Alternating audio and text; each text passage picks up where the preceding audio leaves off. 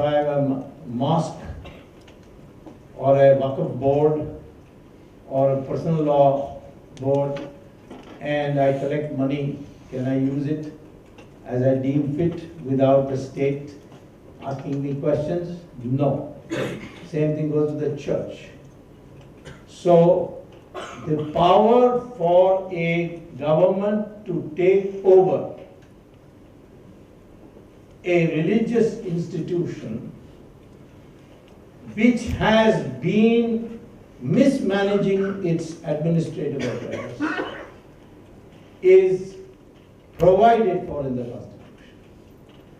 And since 1952, and even before when the British were there was a similar law in a different form. It was in the form of a statute because we didn't have a constitution then. Temples were being taken over.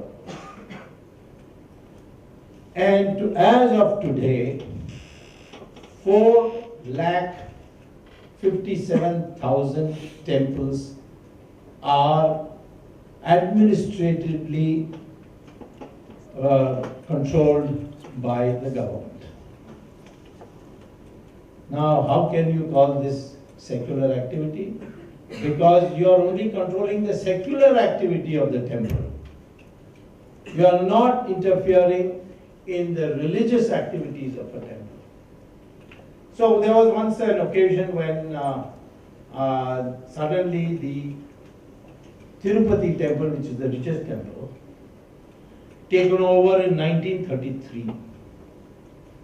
That temple, they had brought in a provision to adopt a board of governors for the temple's administrative control. And they decided that they would gold plate Tirupati. All the pujaris came to me and said, could you please challenge this? I tried to speak to the board, they won't listen. They said, none of your business. So I went to court to say that the board has only right to check whether the Tirupati finance is being properly accounted for and so on, and properly spent. But it has no right to say what the temple should look like, whether it should have gold plating or silver plating or no plating. And the Andhra Pradesh High Court upheld my position. Similarly, if there is no mismanagement, then again the government cannot take over. So there is a very famous temple in Tamil Nadu called Nataraj temple, sometimes called Sri Savanayaka temple. That temple was taken over by Karunanidhi's government.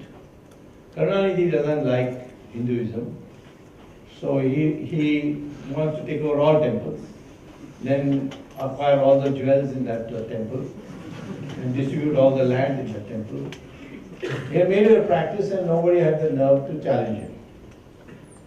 So the pujaris came to me, so I went to court and argued the same thing. Where is the mismanagement?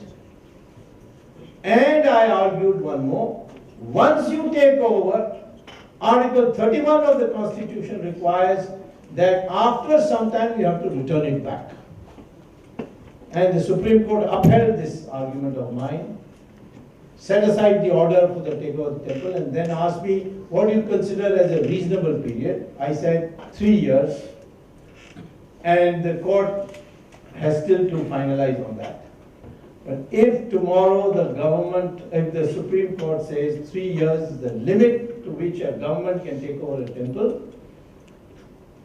then 4,57,000 whatever temples will come free.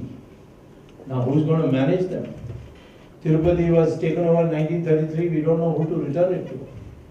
In the case of Savanayaka temple, it was easy because the pujaris were there, it was taken away from them, so they got it back.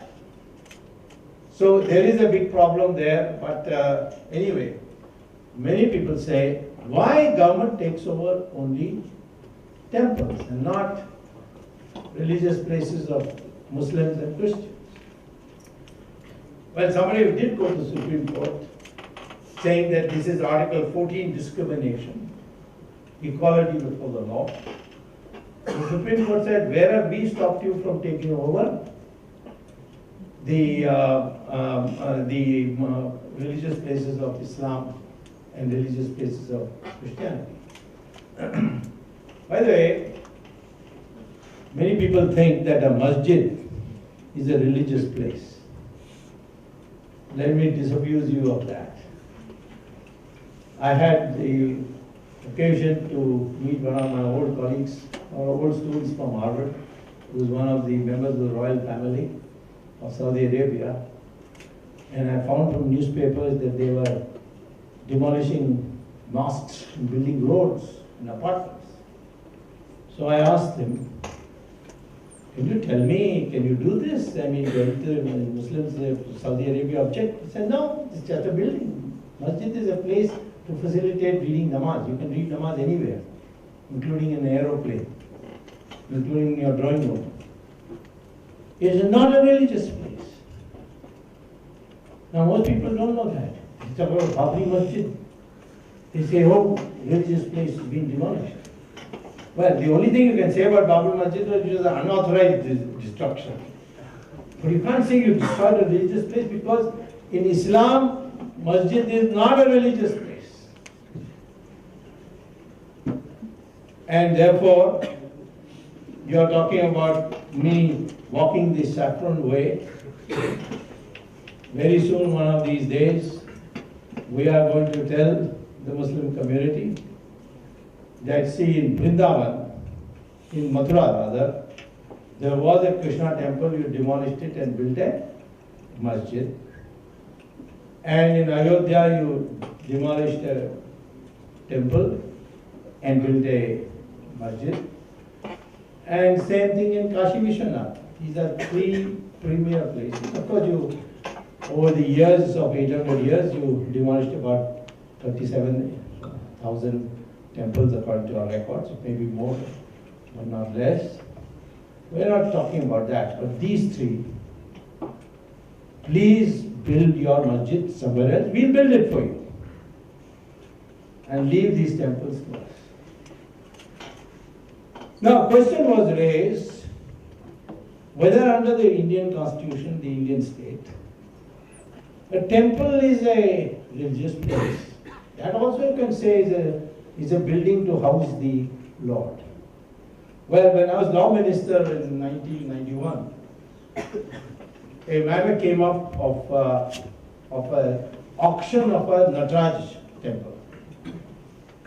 Auction of a Nataraj statue. That great dancing, the Tandav of Shiva. And our High Commissioner felt that it should go back to India. So how do we bring it back? Because the people who are going to auction it, they said that they found a farmer having it, and they paid him money and brought it here. So it's their property now. The farmer said, well, I was digging one day, I was running the plow one day and I heard a metal sound, so I dug up and I found this Nataraj statue there. And it obviously had come from a disused temple nearby. So, therefore, I sold it because I couldn't keep it. Now, we argued, the government of India argued in the House of Lords, that a temple is built after a puja which is called Prana Pratishtha Puja, that you can only do after 41 days of fasting, not like Mr. Kejriwal's fasting, but genuine fasting. After 41 days of fasting, you recite certain prayers, and then what happens, according to our faith, the Lord enters the murti, the idol, and after that, the God whose temple it is, the temple becomes his property, and we cannot be its owners. We can only be its trustee. So a temple is always a temple. Once the prana pratishtha puja is done. Not these temples you see on the pavement. You see, those are all money making exercises. There is no prana pratishtha puja and all this. It's a very hard puja. So therefore, if there is a temple, even if there is no worship there, it is disused, it shall remain a temple forever. Who says this? The House of Lords judgment of 1991. So therefore a temple is always a temple. But a masjid is just a building. It can be broken to build somewhere else. So now which way am I going? This is a pure Saffron way. It is a legal Saffron way. So I would like to bring this to your notice. Now let's look at some more constitutional provisions. Let's go to Article 37 of the Constitution. Article 37 of the Constitution says, it's under Part 4, Directive Principles of State Policy. The provisions contained in this part shall not be enforceable in any court. So it's not a fundamental right in that sense. But the principles laid therein, therein laid down are nevertheless fundamental to the governance of the Indian state, of the country, and it shall be the duty of the state to apply these principles to making laws. Now, what does it say?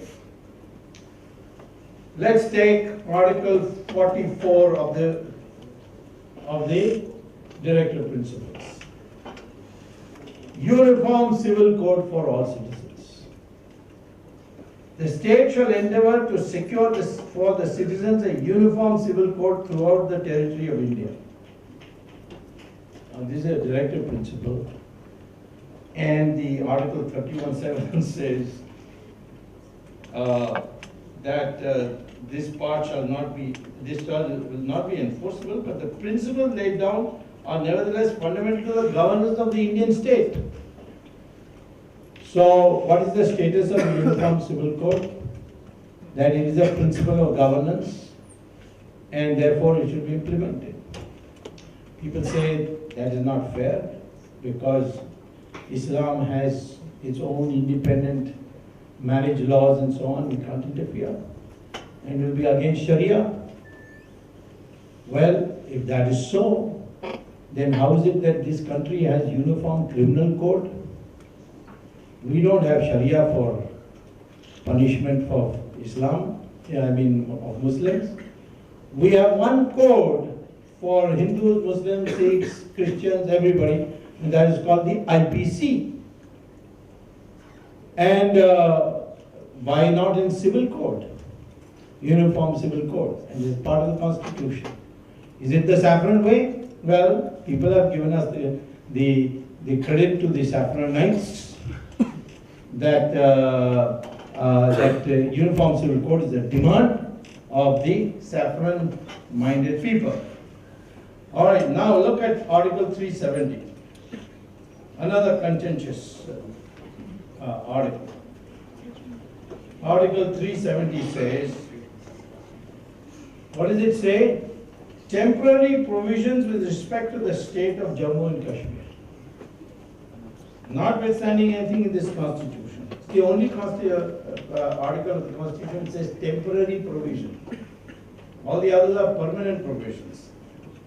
And then it goes on saying, notwithstanding anything in the foregoing provisions of this article, the President may, by public notification, declare that this article shall cease to be operative or cease to be operative only with such exceptions and modifications and from such date that he may specify.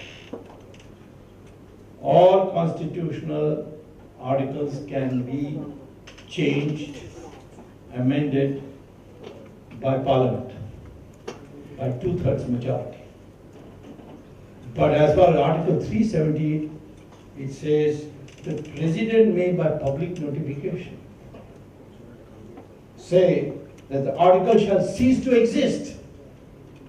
So Article 370, which is considered as a Saffron way, is already shown to be a temporary provision which can be removed by just the President, Mr. Pranab Mukherjee, saying, Khatam ho gaya, and that's the end.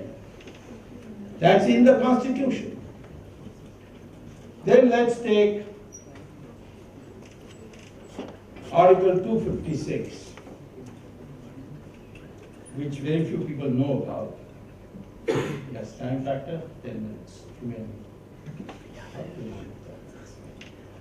256. It says that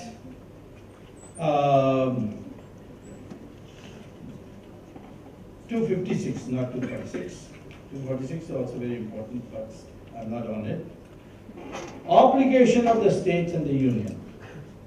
The executive power of every state shall be exercised to ensure compliance with the laws made by Parliament, and any existing law which applied in that state, and the executive power of the union shall extend to giving such directions to a state as may appear to the government of India to be necessary for that purpose. Here the word state is used in the sense of a province. What it says is something which is there from ancient times in India, that we have complete decentralization in India, but in times of emergency, we come under what is called a single Chakravarti, and the whole country participates. For example, Mahabharata was a fight between two families. But when the war took place, all the kings from all over India came to take sides. In fact, in the Travancore king, whose descendants I know, they told me that they also took an army there, and then found that two brothers are fighting, two families are fighting. So the king said, I won't take sides in this war, but I'll cook for both sides. So he cooked food for both sides, both the warring camps. And what this says today is that the center has a right to give a direction to the state, better do this. When these riots were taking place in Muzaffarnagar, I told that time the Congress was ruling, I said that give a direction to Akhilesh Yadav, that the following things you have to do. Today I am asking that center should give directions to Jayalalitha, because she's doing all kinds of crazy things, including filing defamation cases against me.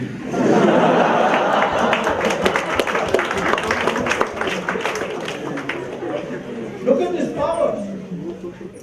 I am not talking about 356. 356 you can dismiss a government. A state government can be dismissed and the center can take over the administration for a period of 12 months, 6 months at a time.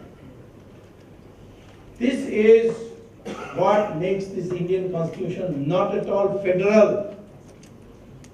It makes it unitary, which is the Saffron concept from day one. India is a unitary state with subsidiary federal principles. It's not, and if you read the preamble, it doesn't say India is a federation of states, like the United States. It says India is a union of states. We are therefore one single country, where the center is ultimately the prevailing power in all emergencies. I think the best essay I have ever read on this question of the Saffron way of the Indian state, without being religious, by the way, there is nothing religious about all this. This is all law and order, governance. There is no place where it says the Hindu religion shall be the religion of all the people of this country, or whoever occupies any constitutional position. These are social legislation. These are legislation for orderly society. And that is the Saffron way. For the best essay I have read on this subject, which I recommend to you all, and with that I'll conclude my initial presentation. You can have all the questions you want to ask. Is by Justice Aftab Alam. In 2009, Volume 10 SCC, not in the form of a judgment, it's an essay which prefaces the judgments. And therefore on page J60, these are pages which come from Aftab Alam, 2009-10 SCC, where he's not writing as if he's happy, he's complaining. He's saying that progressively now we are realizing that the Indian Constitution is in fact going the Saffron way.